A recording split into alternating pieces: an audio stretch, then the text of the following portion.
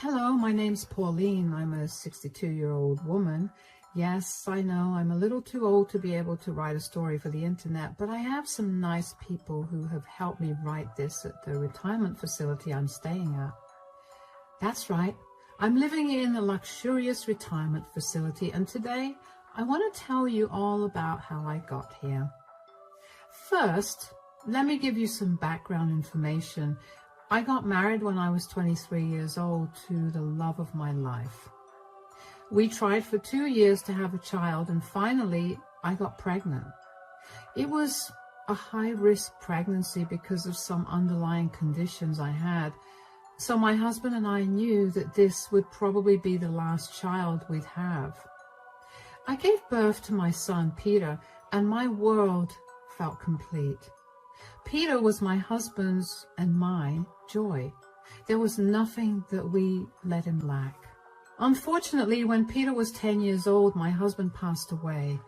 It was devastating for both of us, but we held on to each other to make it out of the grief. I raised Peter single-handedly after that. It was very hard. My husband and I barely got by when both of us were working, so after his death, taking care of all our bills fell on my shoulders. For the first 2 to 3 years, I struggled a lot. There were days when I'd go hungry so Peter would eat. Yes, I saw some rough days, and thankfully they got better after that. I found a better job with a lot more benefits. I learned how to invest money and made a bunch of smart investments. I managed to save and pay for the entirety of Peter's college as well. I didn't want Peter starting off with any loans on his shoulders, so I made sure to work extra hard for that. By the time Peter graduated and was living on his own, I was living more than comfortably. I continued to stay in my same small house because it was a reminder of the happiest days of my life and of my husband. This is only relevant because you'll understand why Peter never suspected me of having saved so much. Anyway, while in college, Peter met my now daughter-in-law, Lindsay. The two of them met in their first year of college and began dating shortly after. They were inseparable, and I was happy for both of them. They brought out the best of each other, and not to mention the only thing that mattered to me was my son's happiness. I did everything I could to make sure he never lacked anything, so it made me happy to see that even his romantic needs were fulfilled by Lindsay. Peter and Lindsay moved in together after they graduated. They didn't visit me as much, but I made sure to visit them whenever I could. We spent holidays and other occasions like birthdays together, but that's it. This was how it worked for a few years, so imagine my surprise when Lindsay suddenly invited me over to their place for dinner on a random Tuesday. I accepted the invite and went over. Peter and Lindsay seemed a little nervous, but I dismissed it. We had a great dinner, and once we were done with it, I thanked them for it. Thank you for inviting me over to your place for dinner, you two. It was lovely. Of course, Mom. I hope you liked what you had for dinner. I mean, I spent a lot of time cooking it, and I specifically made what Peter told me was your favorite. Whoa, I loved it. It was delicious, I promise. Why do you look so nervous, though? Is something wrong? Well, Mom, we actually had to ask you something. Oh, of course. Go ahead and ask away. So, you know how Lindsay and I have been dating since freshman year in college? Yes. Well, this weekend, Peter proposed to me. Oh my God, that's wonderful. I'm so happy for you two. Congratulations. Thank you, Mom. Yeah, I really didn't think the proposal would happen anytime soon, considering we've been dating for 8 years now. That's Peter for you. He loves to make you wait, but, not to be like this, but what does this have to do with needing to ask me something? Yeah, so about that. Since we've gotten engaged, Lindsay and I have been discussing the kind of wedding we want. And after taking a look at our savings, we've realized that we're going to have to wait a lot longer than we thought to have the wedding of our dreams. So we were wondering if maybe you could help pay for the wedding. Of course, why wouldn't I? My only son is getting married, and you bet that I'm going to make sure he gets the wedding of his dreams. Really? Of course. Why in the world were you two so nervous about this? Did you honestly think I'd turn you down? Well, we asked my parents, and they adamantly told us that they weren't helping, only because they don't have much money to spare right now because they're paying for my sister's college. Oh, I don't have any big bills to pay off right now, so of course I'll help. But you have to promise me that the two of you will make some time to see me more frequently. Of course, Mom. That goes without saying. I was ecstatic for Peter and Pauline. I was so happy that they were finally tying the knot. I mean, it's every mother's dream to see their child get married and then have a stable life. And if I could help make that dream a reality, why would I not? Peter and Lindsay were constantly telling me how grateful they were for my help, and I kept assuring them that there was no need for so much gratitude. I won't mention the exact amount, but I did spend a lot of money on their wedding. They both wanted a big wedding with nearly 150 guests, and I was not going to deny my only son what he wanted for his big day. So I never set a budget with them, and I had no problem with how much I spent. I still don't. After they got married, over the next few years, I continued to help them out financially. When they needed help putting down a down payment for their house, I loaned them the money. When they needed help purchasing new cars, I loaned them the money. When they were generally low on money at the end of the month, I helped them out. Once again, this is relevant, which is the only reason I'm saying this.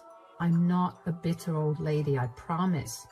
I enjoy being able to help them because I considered it part of my duty as Peter's mother to make his life easier than mine was. Anyway, aside from all the financial help, Peter, Lindsay, and I got a lot closer as a family.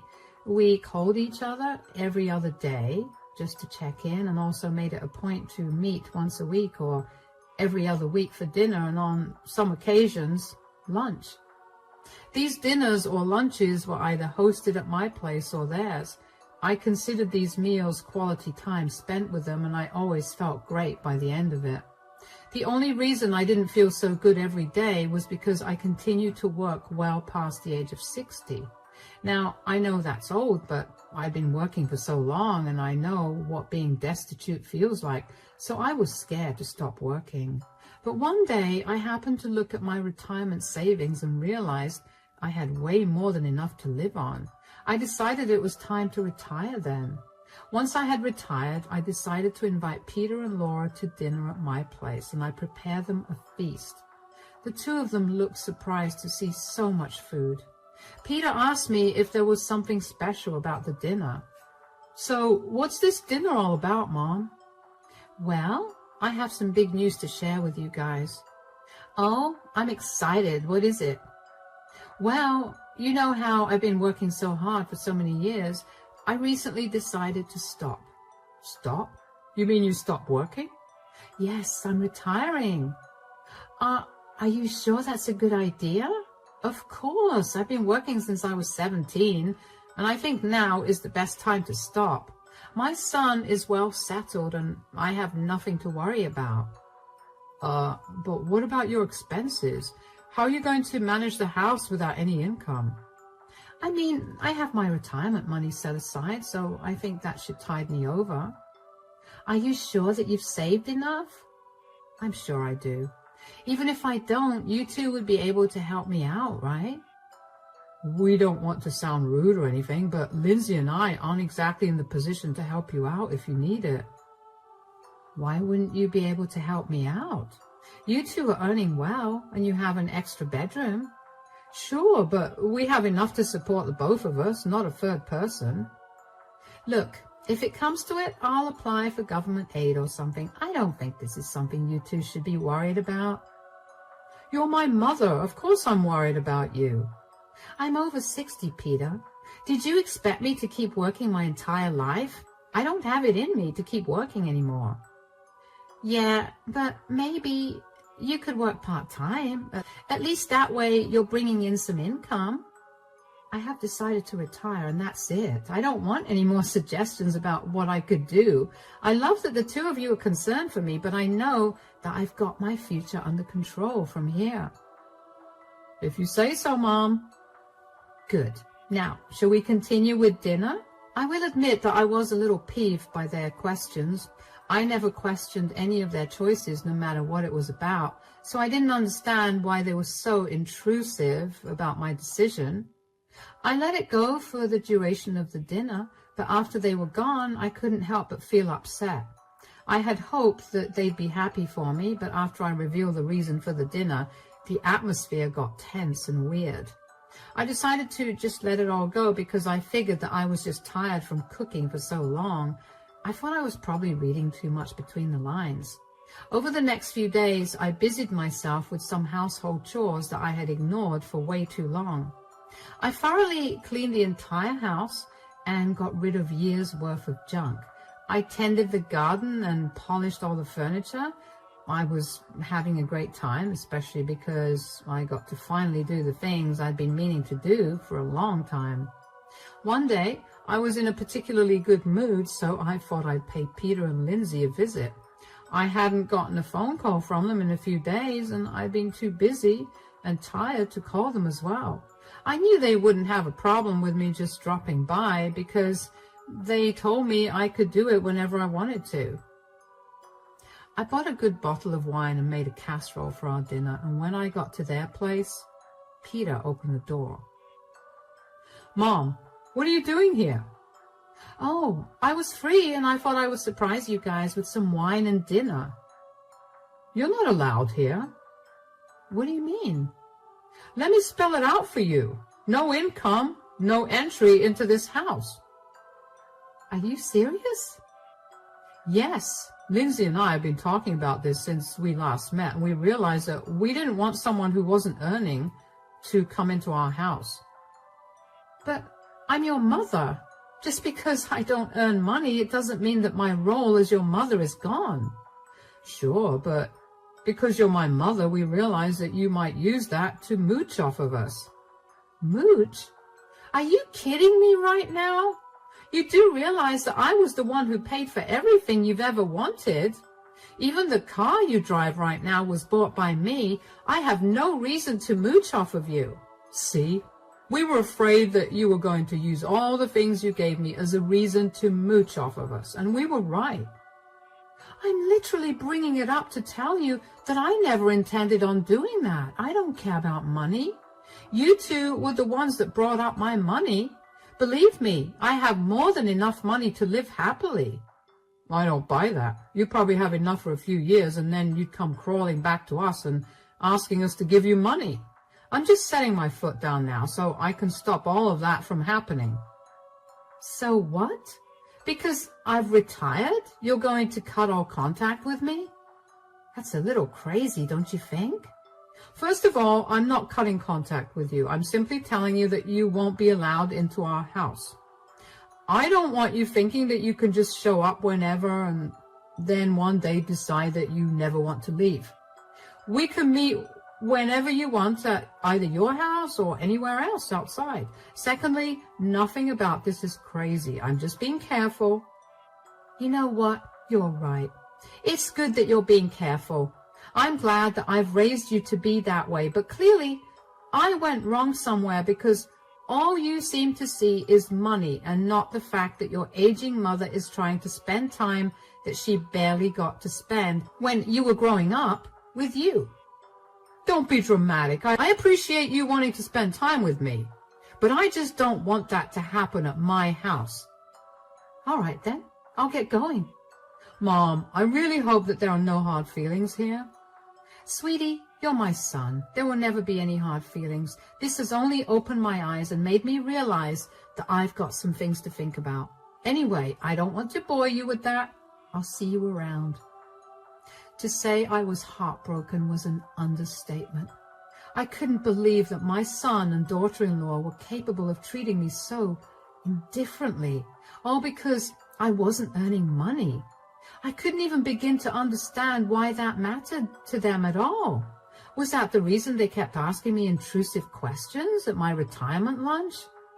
I vaguely remember driving home after that. I was in so much shock and I felt so sad that I felt numb.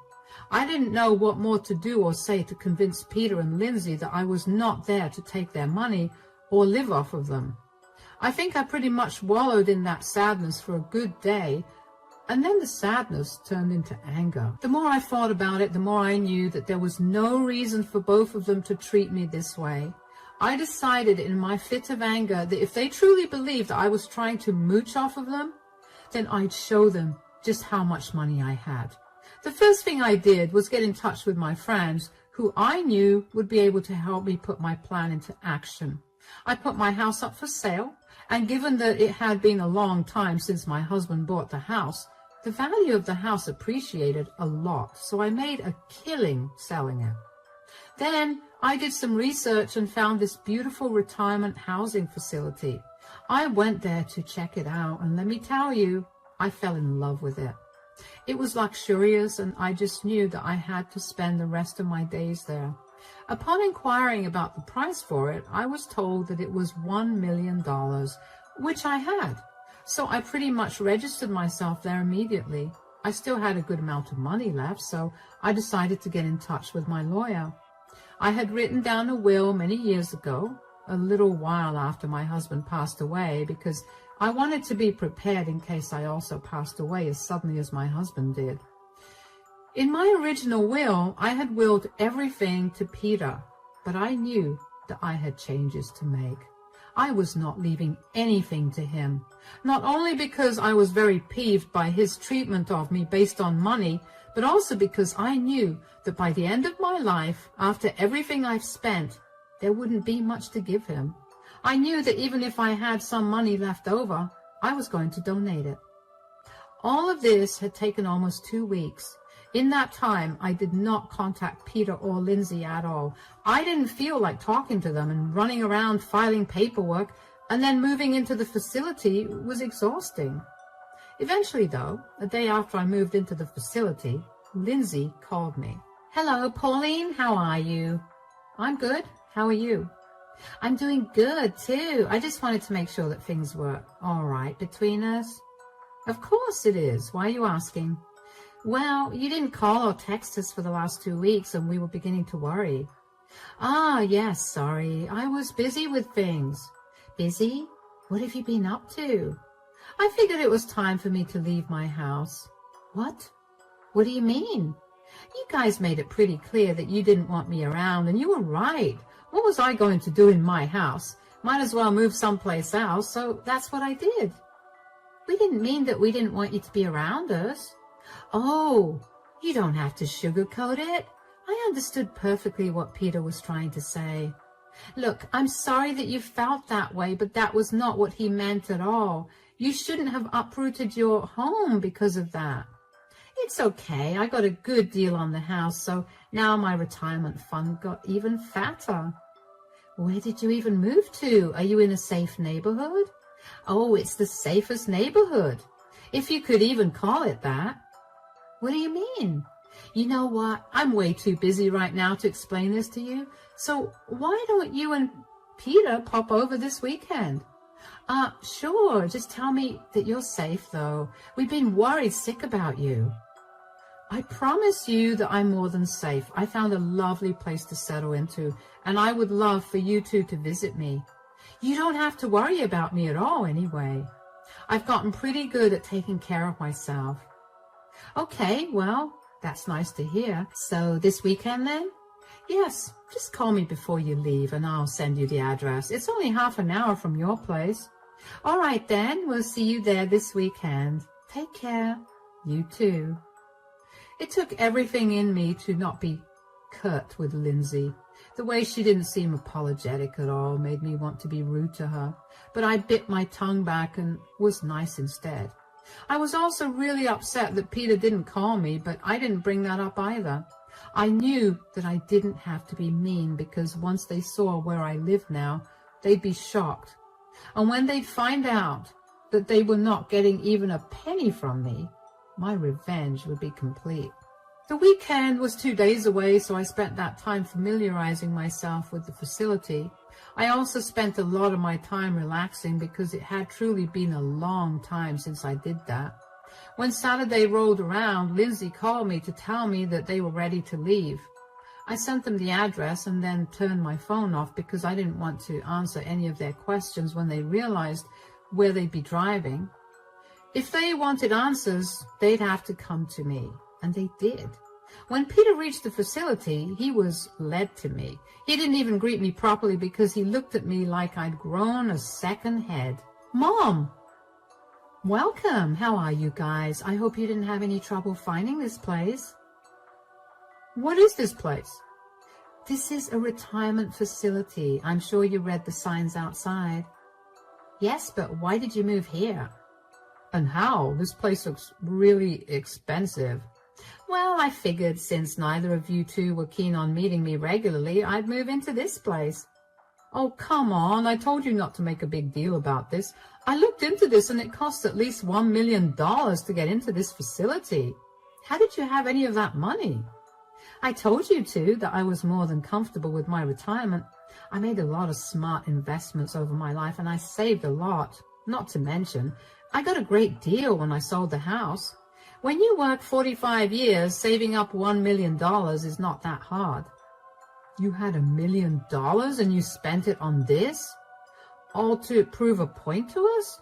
Don't you think you could have spent that on something better? This is a waste of all your money. What would you rather I spend my money on? You made it clear that I was not allowed into your home because I wasn't earning money.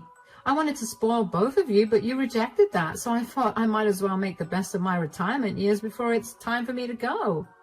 Look, we get that you're upset with us, but you shouldn't have spent all your money on this. Who said that I spent all my money on this? I still have more than enough to tide me over for the rest of my life. What? I told you that I had everything ready for me. When you told me I wasn't allowed into your house that day, I realized that I needed to turn things around.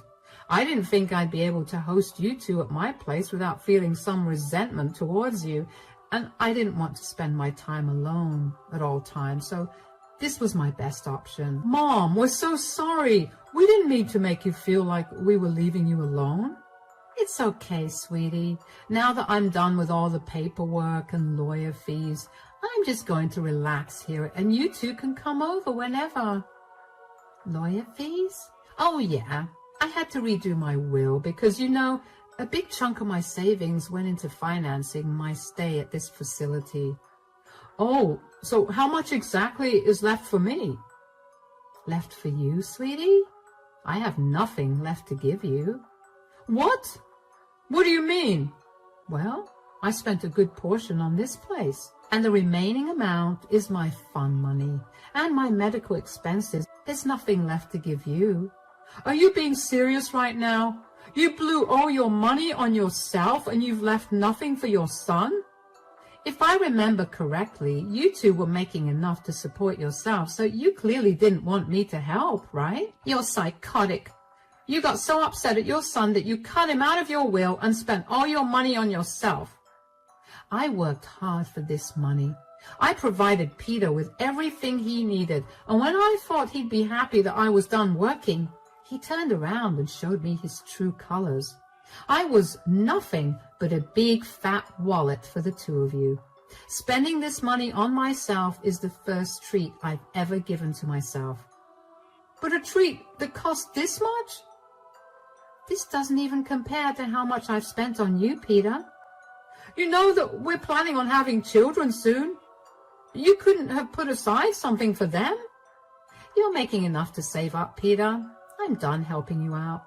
You were being careful by not letting me into your house, right? So be careful with your money now, and you can have children. Oh, you're impossible. Don't expect us to visit you after this. That doesn't bother me.